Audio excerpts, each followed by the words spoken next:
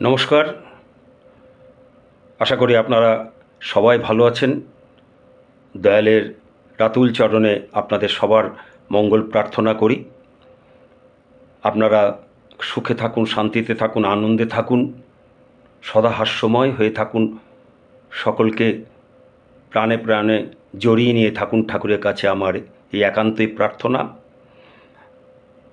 আজকে আমি আপনাদের সঙ্গে একটা মজার বিষয় নিয়ে আপনাদের সামনে আমি হাজির হয়েছি। অনেক কমেন্ট আসে, সেই কমেন্টের মধ্যে নানা রকম কমেন্ট আসে। সেই কমেন্টের থেকে একটা খুব সুন্দর বিষয় আজকেই আমি কমেন্টটি যখন দেখলাম, সেই কমেন্টটা থেকে মনে হলো যে সেই বিষয়টার উপর যদি আপনাদের কাছে আমার দেখা কিছু অভিজ্ঞতা তুলে ধরি। নানা রকমের কমেন্ট আসে, কেউ জয়গুরু জানায়, কেউ বন্দে পুরুষোত্তমম, কেউ প্রশংসা করে, কেউ প্রসঙ্গ বহির্ভূত প্রশ্ন করে, কেউ এমনভাবে প্রশ্ন করে যাতে বোঝা যায় তারা বুঝেই হোক আর না বুঝেই হোক কারো দ্বারা প্রভাবিত হয়ে বাধা দিতে চাইছে। কেউ আবার গালাগালি, কুৎসা, অপমান, মিথ্যে অপবাদ দিয়ে ব্যক্তিগত নোংরা আক্রমণ করে চলেছে প্রতিটি ভিডিওতে, নামে বেনামে, ছদ্মনামে, ফেক আইডি তৈরি করে। তখন মনটা খারাপ হয়ে যায়। ব্যক্তিগত কারোর সঙ্গে খারাপ সম্পর্ক না থাকা সত্ত্বেও তারা আক্রমণ করে চলেছে। তখন মনে হয় যে কেন তারা এরকমভাবে আক্রমণ করছে। ব্যক্তিগতভাবে তারা যদি সামনে এসে তাদের বক্তব্য বলতো তাহলে একটা কথা ছিল, কিন্তু তারা লুকিয়ে পর্দার পিছন থেকে এভাবে অকথ্য কুকথ্য অশ্লীল কুশ্লীল ভাষায় অসত্য সব মিথ্যে কথা, মানুষকে অপবাদ দেওয়া, মানুষের চরিত্র হনন করা, এই যে নানা রকম, তখন মনটা খারাপ হয়ে যায়। আর বোঝাই যায় এরা সবাই হয় সৎসঙ্গী, কোনো দিন ছিল, কিংবা আজও সৎসঙ্গী আছে। যাই হোক, এই বাধা দেওয়ার কথায় মনে পড়ে গেল শ্রী শ্রী আচার্যদেবের। বর্তমান আচার্যদেব, একবার তার সঙ্গে আমার অনেকবারই কথা হয়, তো একবারের কথা মনে পড়ে গেল আজকে এই কথা প্রসঙ্গে। ভদ্রকালী ও খর্দা অঞ্চলে বর্তমান যে আচার্যদেব, সে আচার্যদেবের আশীর্বাদ মাথায় নিয়ে সৎসঙ্গ, দীক্ষা, ইষ্টভৃতি এই 3 বিষয়ের ওপর তার নির্দেশ অনুযায়ী 2015 সাল থেকে কাজ করতে গিয়ে যে বিপুল বাধা পেয়েছি ও লাঞ্ছিত হয়েছি সে সম্পর্কে তার কাছে সব নিবেদন করতাম। প্রতিবার তার সঙ্গে বহু বিষয় নিয়ে কথা হতো। একবার তিনি বলেছিলেন সালটা 2017-2018 হবে। তিনি বলেছিলেন যখন নানা রকমভাবে বাধা আসছে, সেই বাধাকে অতিক্রম করার জন্য তিনি বলেছিলেন সবাইকে এনকারেজ করবেন, যারা আপনাকে বাধা দিচ্ছে তাদের সাথে নিত্য সম্পর্ক রাখবেন, কখনোই তাদেরকে তাচ্ছিল্য করবেন না, তাদের বিপদকালে প্রয়োজনের সময় সব সময় পাশে দাঁড়াবেন। আর যে নানা রকম অপবাদ, অশ্লীল কথাবার্তা, মিথ্যে কথা দিয়ে আঘাত, চরিত্রহনন, নাজেহাল করা সম্পর্কে তিনি বলেছিলেন যে ঠাকুরকে নাজেহাল হতে হয়েছে সারা জীবন। ঠাকুর নিজে যখন নাজেহাল হয়েছে, আর আমরা তার সন্তান হয়ে আমাদেরকে নাজেহাল হতে হবে না? এই কথায় মনে জোর আসে, ঘুরে দাঁড়ায় নতুন উৎসাহে। আর যখন কেউ প্রশংসা করে কমেন্ট করে, তাদের অভিজ্ঞতা, তাদের অনুভূতি, তাদের উপলব্ধি শেয়ার করে, তখন খুব ভালো লাগে। যেমন প্রদ্যুম্ন নায়কের কমেন্ট, তিনি বলেছেন, জয়গুরু দাদা, day by day your discussion about Thakur is becoming mature and balanced. The problem with us is that with our human littleness, we are measuring Thakur and his family members. We are measuring them with our own yardsticks. So, we are baffled. Sri Sri Bardha was undoubtedly a divine personality. One who loves Sri Sri Thakur sincerely, he loved Sri Sri Bardha. There is the only natural course. I am fortunate enough to have his darshan. God bless you, Dada. তার উত্তরে আমি তাকে জানিয়েছি, it is a matter of luck to have the darshan of Sri Sri Bardha. You have seen him. This is the result of your good karma. You have learned to think. You have learned to understand. You have learned to see clearly. That is your ultimate achievement. May you embrace your everyone and be happy. Much love and thanks. Jai Guru. খুব ভালো লাগে যখন নোংরা নোংরা কমেন্টগুলো কষ্ট দেয়, মনকে আঘাত করে, তখন এই ধরনের গুরু ভাইদের, সৎসঙ্গীদের উৎসাহ শক্তি দেয়, প্রচণ্ড শক্তি দেয়। এর পরের প্রশ্ন রেশমি শ্রীমানি। রেশমি শ্রীমানি বলছে যে শ্রী ঠাকুর বৃত্তিভেদী টানসম্পন্ন মানুষ পাননি। আপনার শেষ এই ভিডিওটা দেখলাম ও মন দিয়ে শুনলাম, সেখানের অনেকের করা প্রশ্নের সাথে সাথে প্রশ্নের উত্তরও শুনতে পেলাম। বিশ্লেষণ খুব ভালো লাগলো। আপনি ভিডিওতে যে শ্রী ঠাকুর বৃত্তিভেদী টানসম্পন্ন মানুষ পাননি, প্রফুল্লদার এই যে স্মৃতিতীর্থে বলা কথা, এই কথার উপর আপনি যে বিশ্লেষণ করেছেন, সেই বিশ্লেষণ ভালো লাগলো। দেখি সৎসঙ্গীরা এই ভিডিওর বিষয় দেখে তাদের মতামত কি জানায়। তবে একটা জিনিস খুব ভালো লাগলো, ঠাকুর আর বর্দার মধ্যে সম্পর্কের যে ঘটনাগুলির বিবরণ দিয়েছেন, সেই বিবরণগুলি যেন এক একটা স্বপ্নময় পরিবেশ রচনা করেছিল। মনে হচ্ছিল যেন আমি সেখানে উপস্থিত রয়েছি। যাই হোক, আপনার ভিডিওগুলি এমন স্বপ্নময় পরিবেশ তৈরি করুক যাতে সবাই সত্য জানতে পারে ও আনন্দ পায়। এই প্রশ্ন শুনে আমার একটা স্বপ্নের কথা মনে পড়ে গেল। খুব আনন্দ হলো মনের মধ্যে। যে স্বপ্ন আজ আপনাদের সঙ্গে আমি শেয়ার করতে পারবো। আজকে আমি সেই স্বপ্নের কথা আপনাদের শোনাবো। আসুন শোনা যাক সেই স্বপ্নটা। একদিন ভোর রাতে একটা অদ্ভুত স্বপ্ন দেখলাম। স্বপ্নে দেখলাম আমি চলে গেছি স্বর্গলোকে। সেখানে পৌঁছে একেবারে মোহিত হয়ে গেলাম। চতুর্দিকে যেদিকে তাকায় একটা অদ্ভুত মাদকতাময় পরিবেশ চারপাশে। ভরে গেল মন প্রাণ। কি ঝকঝকে চারপাশটা, এত পরিষ্কার পরিচ্ছন্ন ঝলমলে পরিবেশ যে মাথাটা বোঁ করে ঘুরে গেল।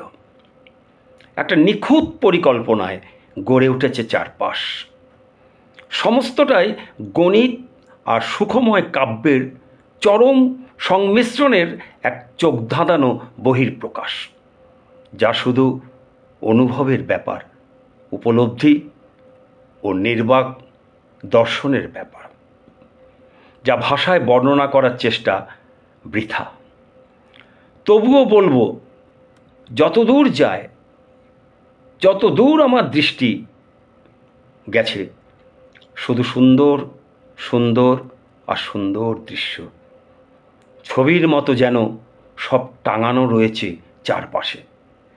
যেন কোনো শিল্পী বসে বসে এঁকেই চলেছে তার রং আর তুলি নিয়ে পাহাড়, পর্বত, নদ নদী, ঝর্ণা, গাছপালা, বুনো লতা গুল্ম, পশু পাখি, ফড়িং, প্রজাপতি, কত রকমের যে সুন্দর সুন্দর নানা রঙের কত পাখি, আর তাদের কলকাকলিতে ঝমঝম ভরা প্রকৃতির দৃশ্য।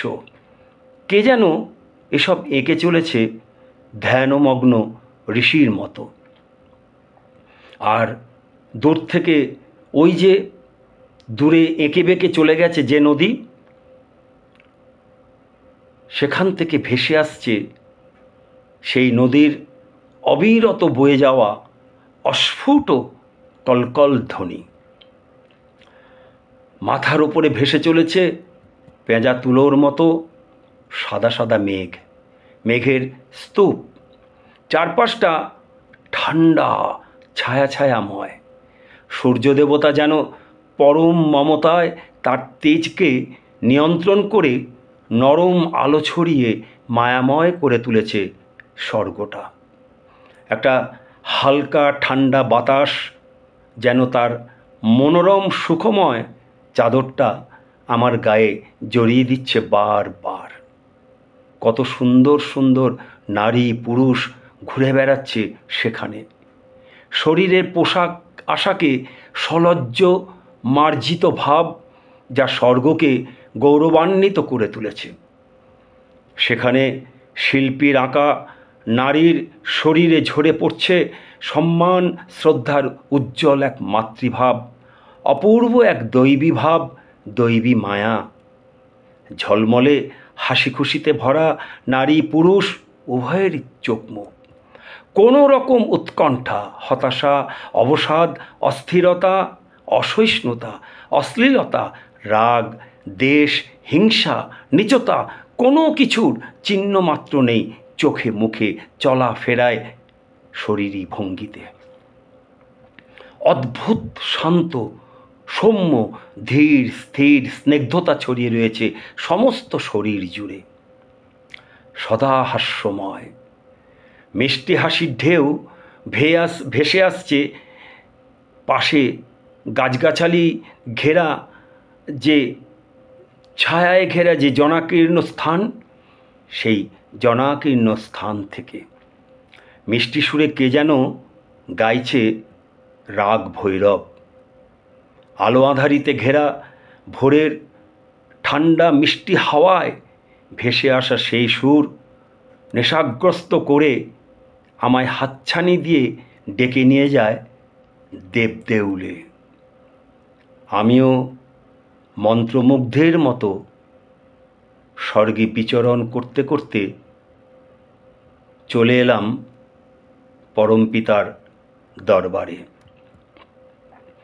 সেই দরবারে পৌঁছে আমি দেখতে পেলাম সেখানে বহু ভক্তের সমাগম হয়েছে। সেখানে বহু নামী অনামী, দামি অদামি, জ্ঞানী অজ্ঞানী, ধনী দরিদ্র, আর্ত অর্থার্থী, জিজ্ঞাসু, বহু রকমের মানুষের মিলনস্থল। আমি একপাশে ফাঁকা একটা জায়গা দেখে চুপ করে বসে পড়লাম। দেখলাম দয়াল ঠাকুর পরমপিতা মৃদু হাসি হাসি মুখে সবার সাথে কথা বলছেন। দেখলাম গরিব বড়লোক, পণ্ডিত মূর্খ, সাধু শয়তান, ধার্মিক অধার্মিক সবাই বসে আছেন তাঁর সামনে। মুগ্ধ নয়নে চেয়ে চেয়ে দেখছে দয়াল ঠাকুরকে, দেখছে পরমপিতার অপূর্ব স্নিগ্ধ শান্ত মিষ্টি হাসিতে ভরা মুখমণ্ডল। একটা স্বর্গীয় দ্যুতি যেন ঝরে পড়ছে সমস্ত বরতনু দিয়ে। চোখের দিকে তাকিয়ে সম্মিলিত হয়ে গেলাম। মনে পড়ে গেল আমারই লেখা একটা গানের লাইন, চোখ যেন নয় হিরে তা চোখেরও অন্তরে, চোখের তারায় মমতা রাশি রাশি ঝরে পড়ে। চোখ যেন নয় হিরে তা চোখেরও অন্তরে, চোখের তারায় মমতা রাশি রাশি ঝরে পড়ে। চোখ যেন নয় হিরে তা চোখের অন্তরে, চোখের তারায় মমতা রাশি রাশি ঝরে পড়ে। চোখ যেন নয় হিরে তা চোখের অন্তরে, চোখের তারায় মমতা রাশি রাশি ঝরে পড়ে। নয়নে নয়ন মেলে পরাণে ঝড় তোলে, নয়নে নয়ন মেলে পরাণে ঝড় তোলে। ও মন হারিয়ে যায় রে, মন হারিয়ে যায়। বন্ধুরে তোর পাখনা উড়িয়ে দিয়ে আয় রে, উড়িয়ে দিয়ে আয়। ও মন হারিয়ে যায় রে, মন হারিয়ে যায়। বন্ধুরে তোর পাখনা উড়িয়ে দিয়ে আয় রে, উড়িয়ে দিয়ে আয়। এরকম একটা গান ভেসে আসছে, সবাই মিলে গাইছে। মনে হচ্ছে আমি যেন তার সামনে গেয়ে চলেছি একটার পর একটা গান, শুধু তার চোখের দিকে তাকিয়ে। চোখটা যেন আমাকে প্রচণ্ডভাবে টানছে তার দিকে। আবার একটা গান মনে পড়ে গেল। চোখ তো নয় যেন হিরে, মণি মুক্ত পড়ে ঝরে ঝরে। চোখ তো নয় যেন হিরে, মণি মুক্ত পড়ে ঝরে ঝরে। চোখ তো নয় যেন হিরে, মণি মুক্ত পড়ে ঝরে ঝরে। ওই চোখের পানে চেয়ে চেয়ে প্রাণ পাখি বলে এবার যাব উড়ে। চোখ তো নয় যেন হিরে, মণি মুক্ত পড়ে ঝরে ঝরে। চোখ তো নয় যেন হিরে, মণি মুক্ত পড়ে ঝরে ঝরে। কি যে করি ভেবে না পায়, চোখ সাগরে ডুবে যে যায়। কি যে করি ভেবে না পায়, চোখ সাগরে ডুবে যে যায়। কি যে করি ভেবে না পায়, এবার বুঝি ডুবে যে যায়। কে আছো ভাই বাঁচাও আমায়, ওই চোখের মাঝে আমার সত্তা হারায়। চোখ সাগরে ডুবে ডুবে মরি আমি বিষম খেয়ে। চোখ সাগরে ডুবে ডুবে মরি আমি বিষম খেয়ে। ওই চোখ সাগরে ডুবে ডুবে হাবু ডুবু খেতে খেতে এই জন্ম আমার হারিয়ে গেল। ওই চোখের মাঝে আমার নতুন জন্ম হলো, এই জন্ম আমার হারিয়ে গেল। ওই চোখের মাঝে আমার নতুন জন্ম হলো। আপন মনে ভাঙা গলায়, বেসুরো গলায় গান গাইতে গাইতে চারিদিকে তাকিয়ে তাকিয়ে দেখছিলাম। দেখলাম পরপর সবাই সারি সারি বসে আছে শৃঙ্খলিতভাবে, কেউ কথা বলছে না। সবাই শুনছে দয়ালের কথা বাধ্য ছাত্রের মতো। শুধু ভেসে আসছে ওই নিস্তব্ধতা মাঝে দয়ালের মধুর মিষ্টি কণ্ঠস্বর, আর যার সঙ্গে কথা বলছে তার করুণ নিম্ন কণ্ঠস্বর। করুণ কেন? মনের মধ্যে কেমন একটা প্রশ্ন জাগলো। ওই সামনে বসা ভক্তদের একটা করুণ ক্রন্দনধ্বনি যেন শুনতে পাচ্ছি আমি। মনে হলো মর্তে তাদের কৃত অপরাধ কবুল করছে পরম দয়ালের কাছে। মানুষের প্রতি নির্মম অত্যাচার, অন্যায়, অপরাধ, দয়ালের প্রতি ও দয়ালের আত্মজদের প্রতি অশ্লীল গালাগালি, অপমান, মিথ্যে নোংরা অপবাদ, চরিত্রে কলঙ্ক লেপন, দয়ালের ভক্তদের উপর, সৎসঙ্গীদের উপর কুৎসা ও গালাগালি করে ব্যক্তিগত আক্রমণ, মৃত্যুর পরেও সেই অপরাধ ভয়ঙ্করভাবে ভারী হয়ে বুমেরাং হয়ে ফিরে এসে তাদের আত্মাকে করে চলেছে বীভৎস বলাৎকার। তাদের করুণ চেহারা ও ভয়ার্ত কথাবার্তায় উঠেছে ফুটে। আর পরম দয়াল, পরম মমতায় তাদের দিকে স্নেহঝরা দৃষ্টি মেলে চেয়ে আছে। মনে মনে ভাবলাম, এখন তো এরা মর্তে নেই, দেহরূপে নেই, তাহলে এদের কষ্ট কিসের? কষ্ট কোথায়? তাহলে কি এদের আত্মা কাঁদছে? ক্ষতবিক্ষত আত্মা কি ক্ষতের যন্ত্রণায় কাঁদছে? তাহলে কি আত্মা তার চলমান গতিময়তা হারিয়ে বাধা পড়ে গেছে গণ্ডিতে?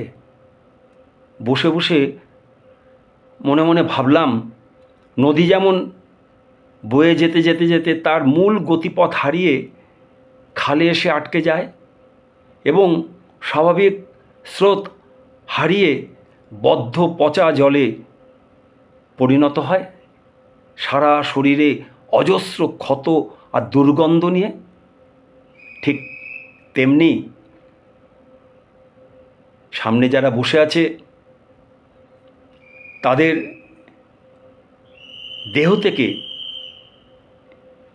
বেরিয়ে এসেছে যে আত্মা, সে আত্মা তার গতি হারিয়ে বেরিয়ে এসে দুর্বল পচা গলা অস্তিত্ব নিয়ে দয়ালের কাছে কেঁদে চলেছে তার হারানো শক্তি ফিরে পাওয়ার জন্য। অবাক হয়ে ভাবলাম, দেহ ছাড়ার পরও আত্মা কষ্ট পায়, যন্ত্রণা পায়, পায় দেহ থাকা অবস্থায় পাওয়া কষ্ট যন্ত্রণা 10 গুণ। কারণ সামনে যারা বসেছিল তাদের চোখের দিকে তাকিয়ে দেখলাম, তাদের চোখ দিয়ে এক তীব্র যন্ত্রণার রক্তের ধারা গাল বেয়ে ঝরে পড়ছে, আর হাতে পায়ে মাথায় মুখে সর্বাঙ্গে ঘা। এমন কেন এদের চেহারা? অবাক হয়ে বোকার মতো স্থির হয়ে বসে থাকতে দেখলাম তাদের, আর তাদের করুণ কান্না শুনতে শুনতে কেমন আমিও বোকার মতো স্থির হয়ে বসে ভাবতে লাগলাম। কিন্তু অন্তরে অস্থিরতার ঝড় বয়ে চলেছে।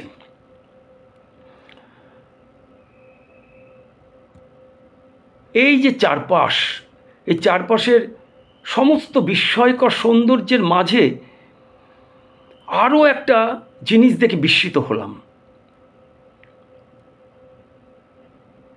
পরমপিতার দরবারে যারা বসে আছেন তাদের মধ্যে যাদের আমি আমার ছেড়ে আসা পৃথিবীতে পণ্ডিত বুদ্ধিজীবী বলে জানতাম, যাদের কথা আচার ব্যবহার ও কলমের ডগা দিয়ে ঝলকে ঝলকে পাণ্ডিত্য ঝরে পড়তে দেখেছি, মুগ্ধ হয়েছি, পরম শ্রদ্ধায় তাদের মাথায় তুলে নিয়েছি, যাদের তার বার্তাবাহী বলে জানতাম এবং ঈশ্বর আরাধনা ও ধর্মীয় ক্রিয়াকলাপ ও শব্দের মালা গেঁথে গেঁথে কথার সাগরে ভাসতে ভাসতে ও ভাসাতে ভাসাতে বাগ্মীপ্রবর হয়ে বিরাট ভক্তের পরিচিতি লাভ করতে যাদের দেখেছিলাম, যাদের সেই সমস্ত বুদ্ধিজীবী পণ্ডিত জ্ঞানী ইষ্টপ্রাণ বাগ্মীপ্রবর ভক্ত প্রলয়দের দেখেছিলাম, তাদের স্থান স্বর্গলোকের দেবদেউলে দয়ালের দরবারে সবার পিছনে বসে আছে কেমন একটা কাঁচুমাচু মুখ করে, চোখে মুখে একটা অপরাধী অপরাধী ভাব, যেন বিরাট কোনো অপরাধ করেছে আর সেই অপরাধ বোধ নিয়ে বসে আছে মাথা নিচু করে। যারা অপরাধ করলো, অন্যায় করলো, তারা নরকে যাওয়ার পরিবর্তে তারা দয়ালের সামনে বসে আছে সামনে বসে তাদের কৃত অপরাধের জন্য কান্না করছে, পাপমুক্ত হওয়ার জন্য কাতর ক্ষমা প্রার্থনা করছে, ভিক্ষে চাইছে অনুতপ্ত হৃদয়ে। আর যারা আকাশ পাতাল কাঁপিয়ে ইষ্টপ্রেমের, ইষ্টপ্রাণতার, ইষ্ট প্রতিষ্ঠা, ইষ্ট স্বার্থ প্রতিষ্ঠার প্রচারের তুফান তুলেছে মন্দিরে, ঘরে, উৎসবে, কলমের ডগায়, তারা আজ অনেকেই, সবাই না, অনেকেই যারা মানুষের কাছে তার নাম পৌঁছে দিয়েছে, তাদের অনেকেই পিছনে বসে আছে কেন? যারা মর্তলোকে এত ঢাকঢোল পেটালো, তারা আজ দয়ালের দরবারে সবার পিছনে কেন? তারা দয়ালের বীজনাম বহন করেছে, বীজনাম মানুষকে বিলিয়েছে। এমনও শুনেছি দয়াল তাদের মুখ দিয়ে কথা বলতেন, তাদের মুখ দিয়ে খেতেন। একজনকে দেখেওছি, তিনি এমনিতে রসগোল্লা খান না, খেতে দিলেও তিনি খেতে চাইতেন না, কিন্তু যেহেতু দয়াল রসগোল্লা খেতে ভীষণ পছন্দ করতেন, তাই তিনি যজমানরা যখন রসগোল্লা দিতেন, সেই রসগোল্লাকে প্রসাদ মনে করে বিনা আপত্তিতে খেয়ে নিতেন, কারণ তিনি খেতেন না। তিনি বলতেন যে তাদের মুখ দিয়ে নাকি দয়াল খান, তাই তিনি কেউ দিলে খেতেন, কারণ দয়াল স্বয়ং খেতেন। যিনি খেতেন তার মুখ দিয়ে দয়াল স্বয়ং নাকি খেতেন। কি পবিত্র নিখাদ ভক্তি! তাকেও দেখলাম একেবারে দয়ালের দরবারের চৌখাটের পিছনে বসে আছেন, বসে আছেন ভগ্ন হৃদয়ে। তাহলে রসগোল্লা খাওয়ার ব্যাপারটা ছিল আসলে নাটক, কি জানি? প্রশ্নে নানা রকম বিদ্ধ হতে লাগলাম নিজেই নিজেকে। প্রত্যেকের মুখ বিবর্ণ, ক্লান্ত, বিধ্বস্ত, কেমন যেন কুঁকড়ে আছে শরীরটা। মনটা খারাপ হয়ে গেল দেখে। এ বড় অন্যায়। পরমপিতার দরবারে পরমপিতার এ কেমনতর বিচার। যারা ভয়ঙ্কর ভয়ঙ্কর অপরাধ করেছে, আর যারা তার কথা বলেছে, তার নাম বহন করেছে, এতটা তফাৎ কেন? পরমপিতার এ কেমনতর বিচার। অসহিষ্ণু হয়ে উঠল মন, মেনে নিতে পারলাম না। অসহিষ্ণু মন আবারও বলে উঠল, না, এ বড় অন্যায়, এ ভীষণ অন্যায়। ভাবলাম পরমপিতাকে জিজ্ঞেস করি। অস্থির আমি উঠে দাঁড়ালাম কিছু বলবো বলে। ঠিক তক্ষুনি শ্রী শ্রী দাদার শেষের সেদিন কবিতাটা যেন ভেসে এলো কানে। কে যেন দয়ালের দরবারে দাঁড়িয়ে দীপ্ত বজ্র নির্ঘোষ কণ্ঠে আবৃত্তি করছেন। ফাঁকি দিয়ে ঘুরিস ভবে, প্রবঞ্চনায় ভুলিয়ে লোকে, কথার তোরে মাতিয়ে সবে, আত্মপ্রতিষ্ঠারই ঝোঁকে। এমনি করেই বেলা গেল, সন্ধ্যা ছায়ায় ভরল ঘর, এখনো তুই চেতনহারা, শেষের সেদিন ভয়ঙ্কর। নিত্য অহং মত্ত যারা, গেছে চলে এমন কত, কেরদানিতে কাঁপিয়ে ধরা, চলতো যারা অবিরত। গুরুগিরির মোহে ছুটিস, গরুর মতন নিরন্তর, তোর খেয়াতে মাঝি যে নেই, শেষের সেদিন ভয়ঙ্কর। পিছু পিছু চলছে যারা, নিত্য নিয়ে মাথায় তোরে, মিষ্টি কথায় ভুলিয়ে ভাবিস, অনন্তকাল রাখবি ধরে। ডুববি যখন শুনবি ওদের অভিশাপের কলস্বর, হাতটি ধরার থাকবে না কেউ, শেষের সেদিন ভয়ঙ্কর। ইষ্ট ছেড়ে ইষ্ট সেজে ছড়িয়ে বাহার, ভাবিস নাকি বাহার দেখে ভুলবে বিধি, পারবে না কো ধরতে ফাঁকি। সত্তা জুড়ে যাচ্ছে ভাঙন, যাচ্ছে যে ওই প্রলয় ঝড়, পারিস যদি ফের এখনো, শেষের সেদিন ভয়ঙ্কর। ইসের বিষাণ উঠল বেজে, কালফনি তোর মাথার পরে, মরণ তরে করছে তারা, বাঁচবি এবার কেমন করে। দ্রোহ লোভের বাঁধন ছিঁড়ে ইষ্ট পথে ঝাঁপিয়ে পর, নইলে কতি কুম্ভী পাকে, শেষের সেদিন ভয়ঙ্কর। দ্রোহ লোভের বাঁধন ছিঁড়ে ইষ্ট পথে ঝাঁপিয়ে পর, নইলে গতি কুম্ভী পাকে, শেষের সেদিন ভয়ঙ্কর। আবৃত্তিটা শেষ হতেই মাথার পাশে রাখা মোবাইলে অ্যালার্ম বেজে উঠল জোরে।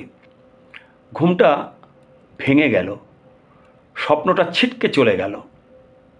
বিছানায় উঠে বসলাম, চুপ করে চোখ বন্ধ করে বসে রইলাম। একটা ঘোর লাগা অবস্থার মধ্যে যেন আমি রয়েছি। কিছুক্ষণ পর জানালা খুলে বাইরের দিকে চেয়ে দেখলাম, রাতের আধার কেটে ধীরে ধীরে ভোরের সূর্যের ম্লান আলো ছড়িয়ে পড়ছে পৃথিবীর বুকে। ভোর হচ্ছে, একটা শান্ত নিস্তব্ধ পরিবেশ, চারপাশ ফাঁকা। এক ঝলক ভোরের তাজা ঠান্ডা বাতাস চোখে মুখে এসে হাত বুলিয়ে দিয়ে গেল। সম্মোহিতের মতো আমি চোখ বন্ধ করলাম। মনে মনে ভাবলাম স্বপ্নের কথা। তারপর যখন চোখ খুলে ঠাকুরের ফটোর দিকে চেয়ে রইলাম, দেখলাম দয়াল ঠাকুর আমার দিকে চেয়ে মিটমিট করে হাসছে, আর যেন খুব হালকা মৃদু স্বরে বলছেন, তুমি যা করছো বা করে রেখেছ, ভগবান তাই গ্রাহ্য করবেন, আর সেগুলির ফলও পাবে ঠিক তেমনি। যা ইচ্ছা তাই করবে তুমি, তা করলে রে চলবে না। ভালো ছাড়া মন্দ করলে পরিস্থিতি ছাড়বে না। আগে সাহসী হও, বীর হও, অকপট হও, তবে জানা যাবে ধর্মরাজ্যে ঢোকবার অধিকার তোমার হয়েছে। বুকের ভেতরটা কে যেন খামচে ধরল, হঠাৎ ব্যথা হতে লাগলো। চোখ ভরে গেল জলে, গাল বেয়ে নেমে এলো জলের ধারা। বুকটা চেপে ধরে অনুতপ্ত হৃদয়ে চেয়ে রইলাম দয়ালের সেই বরাভয় চোখের দিকে। মনে পড়ল তার কথা, আমার গায়ে মশামাছিও বসে, তাহলে কি তারাও আমার সঙ্গে স্বর্গে যাবে? মাথাটা নিচু করে নিলাম। ভাবলাম, ভাগ্যিস জিজ্ঞেস করিনি স্বপ্নে দয়ালকে কেন এই অন্যায় বিচার। ভাগ্যিস বিচারের ভার আপন হাতে নিইনি। তবুও একটা অপরাধ বোধ খোঁচা মারতে লাগলো বুকে। মনে হতে লাগলো, মুখে জিজ্ঞেস না করলেও মনের মধ্যে তো উঠেছিল তার বিচারের প্রতি অবিশ্বাসের প্রশ্ন। অপরাধ বোধে চোখটা জলে ঝাপসা হয়ে এলো। দুফোঁটা জল গড়িয়ে পড়ল নিচে মাটিতে।